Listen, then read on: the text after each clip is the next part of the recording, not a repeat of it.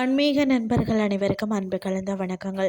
இன்றைக்கி நாங்கள் ஆன்மீகம் சம்பந்தமான பதிவில் அருள்மிகு கொடுங்கல்லூர் பகவதி அம்மன், அதாவது சிலப்பதிகார காலத்து அதிசயத்தை பற்றி பார்க்கலாமா வாங்க.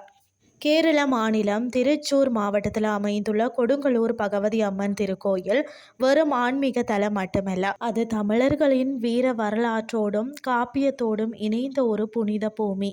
ஆலயத்தின் வரலாற்று சிறப்புகளை பார்த்தோம்னு சொன்னால், இந்த ஆலயம் பார்த்திங்கன்னா இளங்கோவடிகள் சிலப்பதிகாரம் எழுதிய காலத்திலேயே கட்டப்பட்டது. இதுக்கு கல்வெட்டு சான்றுகள் இருக்கிறதா. மதுரையை எரித்த கண்ணகி சேர நாடு சேரும் போது சேரன் செங்குட்டவனால் அமைக்கப்பட்ட கோயில் தான் இது என்பதில் கூடுதல் சிறப்பு.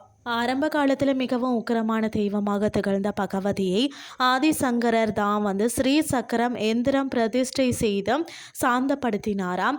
இருப்பினும் இன்றும் அம்மனின் திருமுகம் எதிரிகளை அழிக்கும் வீராவேசத்துடனும் அரசிய போன்ற ஒரு கம்பீரத்துடனும் காட்சி அளிப்பது தான் நம்மளை சிலிக்க வைக்கும்னே சொல்லலாம். அதாவது பார்த்திங்கன்னா, பொதுவாக கோயில்களில் சிலைகள் கல்லால் ஆனவை. ஆனால் இங்கு மூலவர் பகவதி அம்மன் பலாமரத்தினால் செய்யப்பட்டவராம். அதாவது பார்த்திங்கன்னு சொன்னால், சுமார் 6 அடி உயரத்தில் 8 கரங்களுடன் இடது காலை தொங்க விட்டு வடக்கு நோக்கி அருள் பாலிக்கிறார். மரத்தினால் ஆன விக்கிரகம் என்பதால் இவருக்கு திரவ பொருட்களால் அபிஷேகம் செய்யப்படுவதில்லை. அதற்கு பதிலாக பார்த்திங்கன்னா, சாந்தாட்டம் என்ற தனித்துவமான அபிஷேகம் மட்டுமே நடைபெறுகிறதாம். கோயிலின் தனித்துவங்கள் பார்த்திங்கன்னா, அதாவது ரகசிய அறை, கருவறைக்குள்ள அருகிலே ஒரு ரகசிய அறை இருக்கிறதாம்.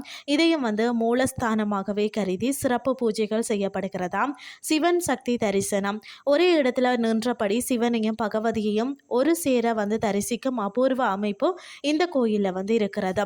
மற்றது பார்த்திங்கன்னா, கொடுங்கல்லூர் மக்களின் தாயாக கருதப்படக்கூடிய இந்த அம்மனுக்கு தான் அந்த ஊர் மக்கள் தங்கள் வீட்டு விசேஷங்களின் போது முதல் மரியாதையை செய்கிறார்கள்.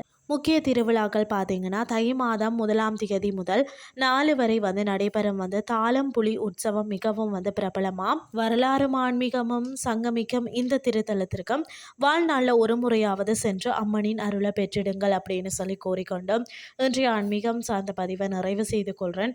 இதே மாதிரி மற்றொரு ஆன்மீகம் சார்ந்த பதிவோடு உங்களை சந்திக்கிறேன். நன்றி.